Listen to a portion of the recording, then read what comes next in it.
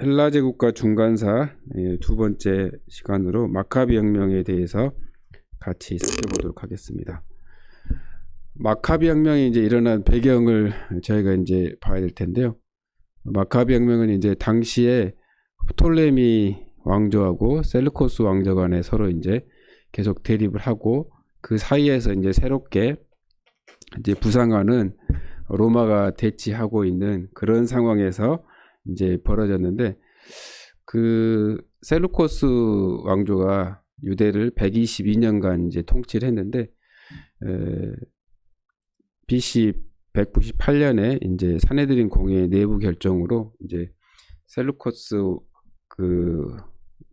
프톨레미 왕조를 유대 땅에서 몰아내고 이제 셀루코스 왕조 통치를 받기로 이렇게 결정을 합니다. 그렇게 해서 유대가 스스로 이제 그 프톨레미 왕조를 이제 몰아내고 셀루코스 왕조 통치를 받게 되는데, 처음에 이제 셀루코스 왕조는 이제 너무 고맙잖아요. 그래서 3년간 세금을 면제해주고 종교의 자유라든지 신앙의 자유 이런 걸 이제 인정을 해주면서 관대하게 이제 정책을 펴나갑니다. 그런데 거기서 이제 그 균열이 좀 생기게 되는데, 균열이 생기게 된 게 이제 셀루코스 왕조가 그 로마와의 전쟁에서 이제 패하게 되고, 지금까지 어떤 전쟁에서 배상금으로 봤을 때 어떻게 보면 가장 큰 규모라고 할 수 있는 약 1만 5천 달란트의 배상금을 물어줘야 되는 그런 상황에 이르게 되자, 이제 셀루코스 왕조가 여태까지 그 좀 관용적으로 펼쳤던 그 정책을 바꿔서 셀루코스 그 왕조의 통치를 받는 식민지를 이제 압박을 하기 시작합니다. 이 압박에 대한 저항으로 이제 유대에서 일어난 이제 그 혁명이 바로 이제 마카비 혁명이고요. 오늘 그 마카비 혁명에 대해서 살펴보도록 하겠습니다. 처음으로 이제 셀루코스 왕조와 헬라와 정책, 헬라와 강요 정책에 대해 살펴보고, 다음으로 이제 마카비 혁명의 시작, 그다음에 마카비 혁명의 이제 진행 과정, 그리고 마카비 혁명으로 생겨난 이제 수전절에 대해서 살펴보고, 그다음에 마카비 혁명 이후에 어떻게 또 진행되었는지 보였고, 마지막으로 이제 유대의 분파가 형성되었는데 그 분파에 대해서 간략히 이렇게 살펴보겠습니다. 첫 번째로 이제 셀루코스 왕조와 헬라와 강요 정책입니다. 셀루코스 왕조가 이제 헬라화를 강요한 것은 방금 말씀드렸다시피 이제 첫 번째로 그 로마와의 전쟁에서 이제 패했기 때문에 막대한 이제 전쟁 배상금을 물어줘야 했기 때문에, 그것을 이제 재원을 마련하기 위해서 그 식민지 내에서 이제 무자비한 어떤 세금을 징수하고, 그다음에 이 성전의 어떤 헌금이라든지 그런 거를 탈취하고, 그다음에 성전의 재산도 이렇게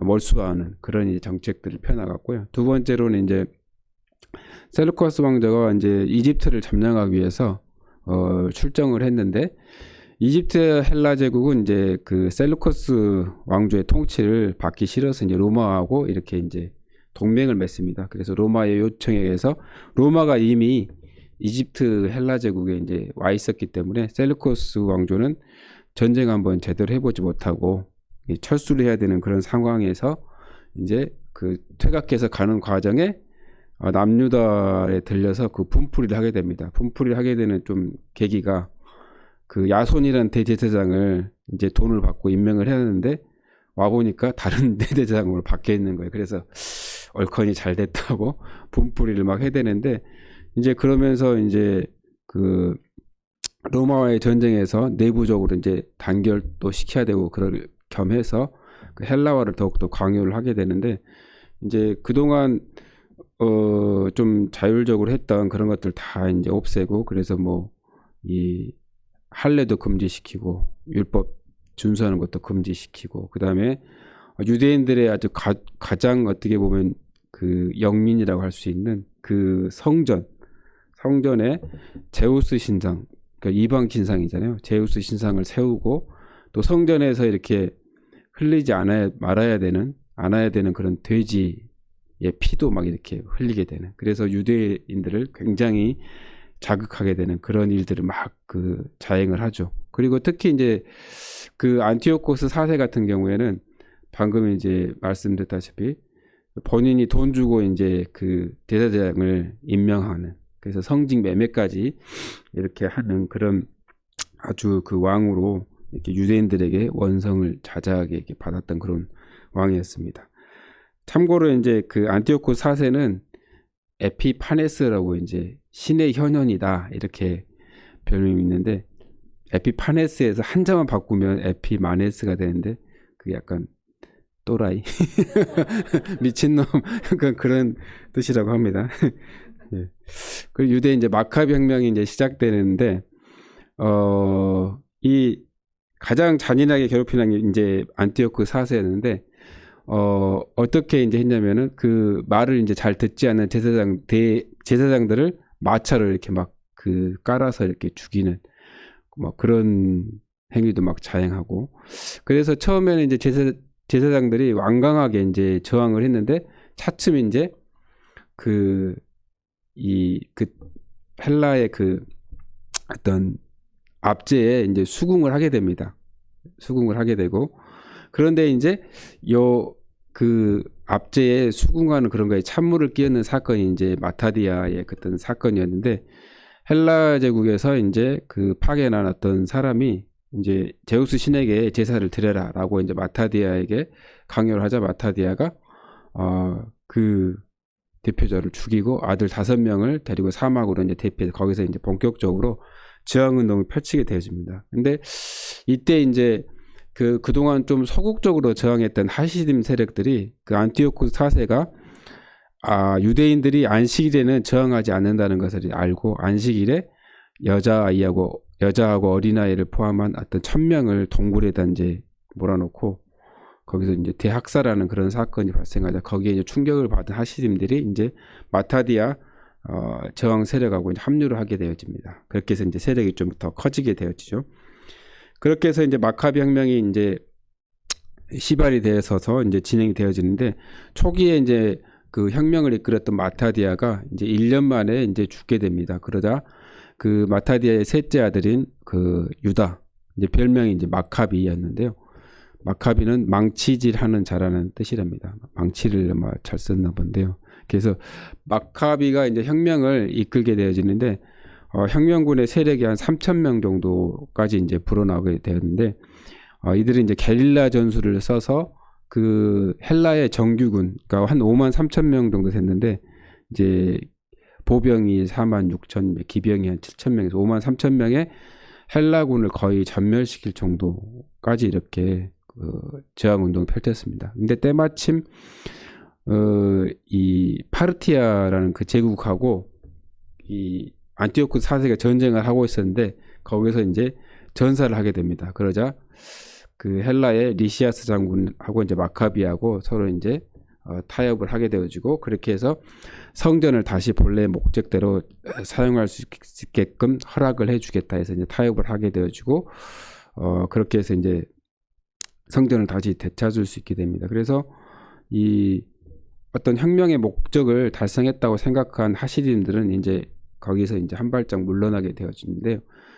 그런데 마카비는 이제 끝까지 이 유대의 독립을 쟁취할 때까지 이렇게 싸우겠다라고 이제 그렇게 해서 계속 혁명을 이어가게 되어집니다. 그래서 그렇게 해서 이제 그 혁명이 이제 성공을 하자 유대인들이 가장 먼저 성전을 청결하게 하고 그 날을 기념을 해서 이제 유대력으로 하면은 12월이 이제 기슬월이라고 합니다. 그래서 12월 25일부터 8일간 이게 수전절을 지키게 되어지는데, 이제 촛대가 이렇게 있으면 양쪽으로 4개씩 가운데 하나 있고 9개가 있답니다. 초를. 그래서 첫째 날 하나, 그 다음 둘째 날 2개, 근데 마지막 날 8째 날은 맨 9번째 초까지 이렇게 켜서 이렇게 그렇게 한다고 합니다. 그리고 이제 이 수전들을 또 한우카절이라고도 하는데, 한우카라는 건 이제 봉헌 그런 의미가 있다고 합니다. 근데 이제 그 성전이 성전이 그 모독당하고 그다음에 청결하게 될 것이다라는 그걸 이미 이제 다니엘서에 보면 그 밑그림이 그려져 있지 않습니까? 그래서 다니엘에게 하나님께서 헬라 제국에 대한 어떤 밑그림을 그려주셨는데, 그때 이제 밑그림으로 주신 게 이제 숫양하고 순념소 그 환상이었는데, 이제 순양은 이제 페르시아 제국을 이제 상징하고 순념소는 헬라 제국을 상징하지 않습니까? 근데 헬라 제국에 대한 어떤 그 밑그림을 주실 때 이미 성전이 이렇게 모독당하고 나중에 성전이 청결하게 될 것이라는 그것까지 이제 수렴소 환상에 하나님께서 밑그림을 함께 그려서 주셨다. 그리고 이제 그게 실제로 이 마카비 혁명 때 그게 이제 성취되어지고 이루어졌다라는 걸 저희가 이제 살펴볼 수 있습니다. 이제 마카비 혁명 이후로 이제 저희가 살펴볼 텐데, 이제 마카비가 이 죽자 마카비의 동생, 그러니까 마타디아의 어떤 다섯째 아들인데요. 요나단이 이제 마카비의 뒤를 이어서 유대의 지도자가 됩니다. 그런데 이 요나단은 약간 굉장히 그 술수가 뛰어난 사람이었나 봅니다. 그래서 교활한 자라는 그런 별명도 있었는데, 이 외교권을 행사해서 뭐 스파르타하고 로마하고도 이렇게 조약을 맺고, 하여튼 그래서 이 요나단은 대제사장이면서 또 이제 행정 외교의 어떤 책임자였던 모습을 갖춘 그런 사람이었는데, 아쉽게도 또 헬라의 장군에 의해서 살해를 당합니다. 그래서 이제 지도권이 그 마타디아의 그 둘째 아들 이제 시몬에게 넘어가게 되는데, 시몬은 굉장히 고령이었음에도 불구하고 이제 그 지도권을 이제 맡게 되어지는데, 시몬은 대제사장이면서 또 그때 이제 헬라 제국으로부터 이제 완전한 정치적인 또 독립을 인정을 받게 되어집니다. 그리고 또 유대 민족으로부터 국가 통치자였던 직위를 세습해도 좋다는 그런 이제 허락을 받게 되어집니다. 그래서 이 시몬도 이제 그 사위에 의해서 살해를 당합니다. 그래서 그 시몬의 아들인 요한 힐카누스가 이제 그 아버지를 이어서 대제사장 겸 왕이 되었고, 이때부터 이제 하스몬 왕조가 시작이 되어집니다. 이렇게 해서 이제 마카비 혁명 이후에 이제 그 하스몬 왕조가 이렇게 이제 세워지고요. 그 다음에 저희가 이제 살펴볼 게 유대 이제 분파가 형성되는 거. 그래서 아까 하시딤 세력들이 이제 마카비 가문하고 이렇게 그 동맹을 맺었다고 했잖아요. 근데 이제 요나단 때 와서는 이제 그 하시딤들이 그 마카비 가문과 이제 그 뜻을 달리하게 돼서 그때 이제 좀 헤어지게 되고, 그때부터 이제 약간 유대 이제 분파가 세워지게 되는데, 세 가지 분파가 있는데, 저희가 이제 거기에 플러스 하나 더해서 그 젤럿당, 열심당에 대해서도 같이 이렇게 살펴보도록 하겠습니다. 사두개파는 이제 마카비 혁명의 핵심 세력이 헬라파 세력하고 이제 손을 잡고 연합으로 해서 손을 잡고 이제 사두개파가 되어서 성전을 중심으로 세력을 이룬 세력이 이제 사두개파인데, 이 사두개파는 이제 그 유대의 핵심 어떤 권력층이라고 할 수 있죠. 그래서 부유한 귀족층 그리고 최고 종교 지도자층이었는데, 이들은 이제 왜 사두개파라고 이름이 지어졌냐 하면, 솔로몬 시대에 그 제사장이 사독이 있지 않습니까? 그 사독의 후손들이다라고 해서 사두개파라고 이제 이름이 지어졌고요. 이들은 이제 그 바리새파와 달리 전통을 이제 거절을 합니다. 그리고 기록된 경전, 모세 오경만 성경으로 인정을 하고요. 그 다음에 저희가 이제 배웠듯이 천사도 부인하고, 그 다음에 부활도 부인하고, 그 다음에 영도 부인하고. 근데 이제 바리새파는 이 세 개 다 인정을 하잖아요.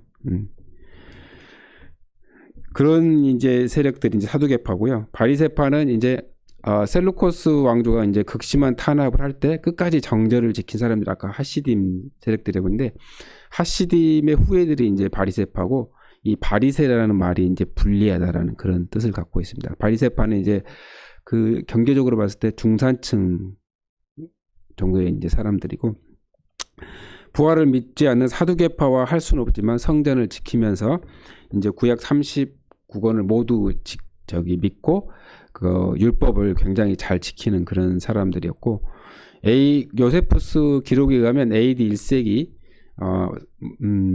바리새파가 한 6천 명 정도 되었다라고 합니다. 그리고 신약에 보면은 니고데모 그리고 사도 바울이 이제 대표적인 바리새파 출신입니다.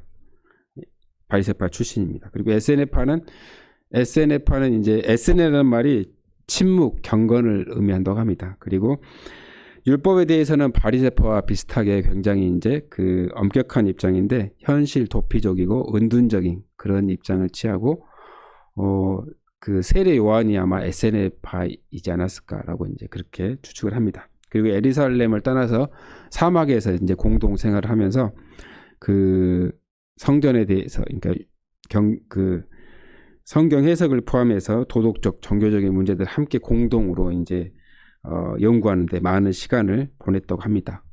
그리고 이제 마지막으로 이제 열심당 헤롯 당을 보면 현실을 그대로 받아들이기보다는 이제 게릴라식으로 테러를 하거나 목적을 이루기 위해서 신념을 행동으로 바로 옮기는 그런 과격함을 특징으로 한다고 합니다. 유대교를 수화하려 했다는 점에서는 바리새파와 다를 것이 없이 비슷하지만 바리새파가 이방인의 통치를 이제 수용을 하고 하나님의 때를 이제 기다리는 그런 어떤 소극적인 입장이었다면 이 열심당은 무력으로라도 그 이스라엘을 로마로부터 구해내야 되겠다는 그런 어떤 입장을 가진 사람들이 바로 이제 열심당이었습니다.